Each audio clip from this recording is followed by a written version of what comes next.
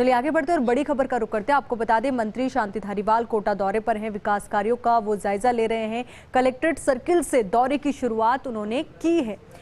तो बेहद अहम तस्वीरें इस पूरे दौरे से जुड़ी हुई। तो आपको बता दें कि मंत्री शांति धारीवाल कोटा दौरे पर हैं और जिस तरीके से उनका रूटीन रहता है, या ये कहें कि जब भी वो कोटा जाते हैं तो ऐसे में विकास कार्यों का जायजा निश्चित तौर पर लेते हैं और उन्हीं के दिशा निर्देश में कोटा में कई नए प्रोजेक्ट्स बन रहे हैं और विकास जो हो रहा है वो इंटरनेशनल लेवल पर वहाँ पर हो रहा है, क्योंकि कई ऐसे प्रोजेक्ट्स हैं जो इंटरनेशनल लेवल पर जिस तरीके से संचालित होते हैं उसी तरीके से उसी पर आधारित ये प्रोजेक्ट्स हैं जो कोटा में बन रहे हैं। तो ऐसे में बेहद अहम उनका ये दौरा।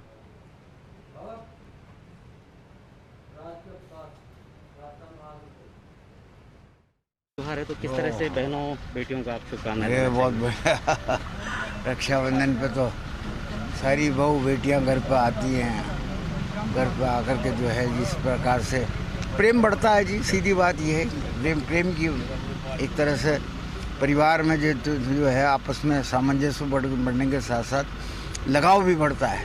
बहुत बहुत बधाई। आज रोडवेज में टिकट नहीं लगेगा बहनों बेटियों? मुख्यमंत्री जी का तो हमेशा के वो तो संवेदनशील आदमी है, तो इसलिए उनको तो इस प्रकार के घोषणाएं करनी है और इस प्रकार का राहत, जनता को राहत देने का काम ही है उनका। सर, विकास कार्यों का आप जायजा ले रहे हैं, कितना आपको लगता है कि सारे प्रोजेक्ट्स ऑन गोइंग टाइम है, राइट टाइम है? ऑन गोइंग क्या है, एक तो कोविड ने परेशान कर दिया और दूसरा बारिश ने परेशान कर दिया। तो इसमें महीना दो महीना हर चीज़ लेट होती जाएगी। हो जाएगी पूरी, कोई बात नहीं। विकास कार्यों का जायजा लेने के लिए यूडीएच मंत्री शांति धारीवाल निकले हैं और इससे पहले उन्होंने फर्स्ट इंडिया से खास बात करते हुए बहन बेटियों को रक्षाबंधन की बधाई दी है और जिस तरह से आज रोडवेज में बहनों को मुफ्त सफ़र का तोहफा मिला है, उन्होंने इसे मुख्यमंत्री का संवेदनशील फैसला बताया है। कैमरामैन आकाशदीप सिंह के साथ हमारा चारण, फर्स्ट इंडिया न्यूज़, कोटा। वहीं कोटा से ये भी खबर सामने आ रही है कि कंस्ट्रक्शन कंपनी पर भड़के हैं यूडीएच मंत्री शांति धारीवाल। भारतीय कंस्ट्रक्शन कंपनी बांसवाड़ा को लगाई कड़ी फटकार। धीमा कार्य करने पर कहा जुर्माने के लिए रहे तैयार। बोरखेड़ा एलिवेटेड रोड बना रही है कंपनी। कोटा बारा रोड पर 111 करोड़ 44 लाख की लागत से बन रही है पूरी रोड।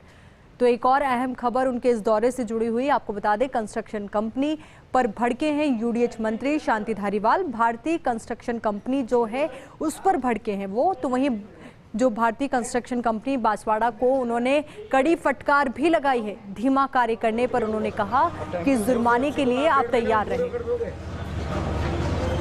जुर्माना पक्की बात, ये देख रहे हो 1.5 महीने के बाद में फिर आ रहा हूँ।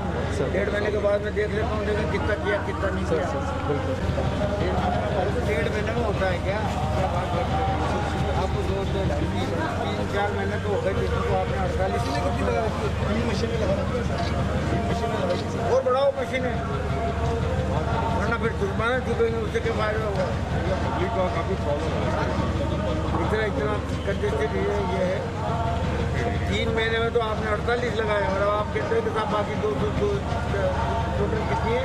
280। सर अब वो क्लियर हो गई? क्या क्लियर हो गई? क्लियर भी हो गई तो भी क्या हुआ?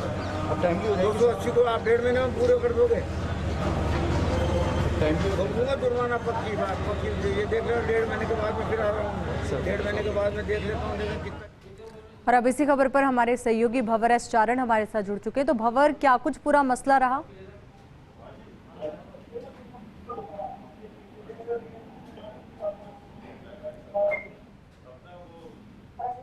भंवर, आवाज आ रही है आपको? जी जी, सुन पा रहा हूँ जी। भंवर, तो क्या कुछ मसला रहा, कैसे ये बात इतनी आगे बढ़ी? क्योंकि फटकार भी लगाई है, तो वहीं जब ये अहम दौरा था तो ऐसे में क्या कुछ वजह है कंपनी की तरफ से बताई गई काम की देरी से होने से?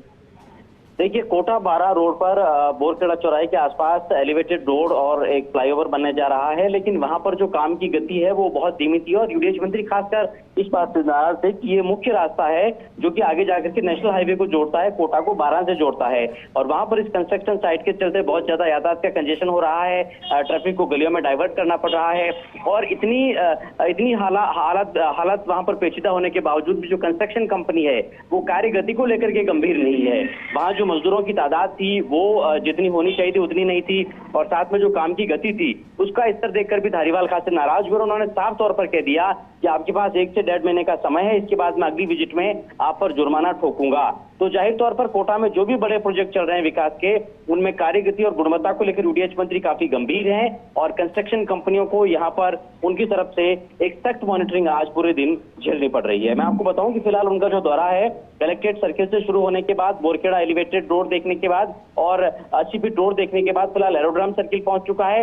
आज वो पूरे दिन करीब आधे दिन तक शहर में विकास कार्यों का जायजा लेने वाले हैं। अनंतपुरा वो जाएंगे, देवनारायण योजना वो देखेंगे, सिटी मॉल एलिवेटेड रोड भी देखेंगे, अकेलगढ़ वाटर प्लांट भी देखेंगे और कमला उद्यान में जहां जल भराव की समस्या है वहां का भी वो दौरा करने वाले हैं, क्योंकि कोटा में रात के बाद से फिर बरसात हुई है और कई इलाकों में पानी भी भर गया है। तो विकास कार्यों का जायजा लेने के साथ साथ शहर को किस तरह से एक बेहतर ड्रेनेज सिस्टम दिया जाए, ये भी यूडीएच मंत्री लगातार देख रहे हैं। जी और बिल्कुल भंवर, जिस तरीके से और जिस तर्ज पर कोटा का विकास हो रहा है सब देख पा रहे हैं, इंटरनेशनल लेवल पर कोटा का विकास किया जा रहा है।